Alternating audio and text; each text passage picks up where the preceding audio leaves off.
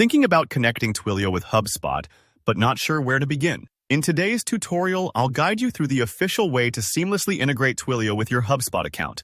By the end of this video, you'll know exactly how to get everything talking to each other, letting you power up your marketing, sales, or support workflows with automated SMS, calls, and more. Ready to boost your business communication? Let's jump right in.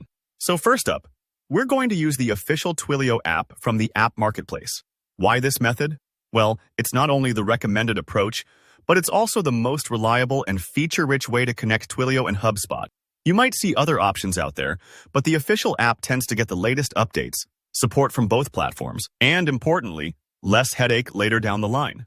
To get started, head over to your HubSpot account. Look towards the top of the screen and find the marketplace icon. It's that little orange shopping bag you've probably seen before. Give it a click, and from the drop-down menu, select App Marketplace. The marketplace is like HubSpot's one-stop shop for integrations, so keep in mind there's a lot in here. But today, we'll focus just on Twilio. In the search bar, type in Twilio and look for the official app. It'll usually be published by HubSpot themselves or directly by Twilio. That's important. Some third-party apps might pop up, but for stability and ongoing support, go with the official listing. If you already have the Twilio app listing page handy, you can jump straight there, but searching works just as well. When you find the right app, click Install App. At this point, HubSpot will guide you step by step, prompting you to approve permissions.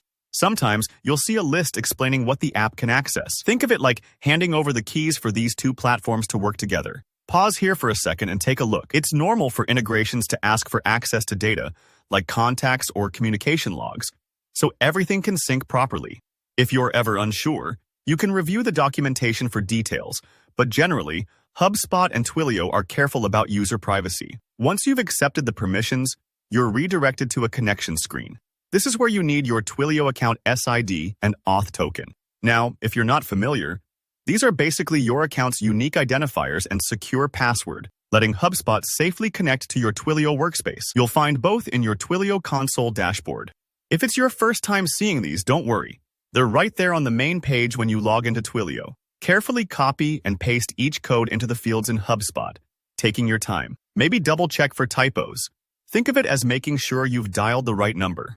If an error pops up, just check that you use the correct credentials. It happens and you can try again. After connecting your accounts, you'll land on Setup options. Here's where you can really tailor things to your business. For instance, you can choose which Twilio phone numbers your HubSpot team will use. Super handy if you're managing multiple lines for sales, support, or marketing.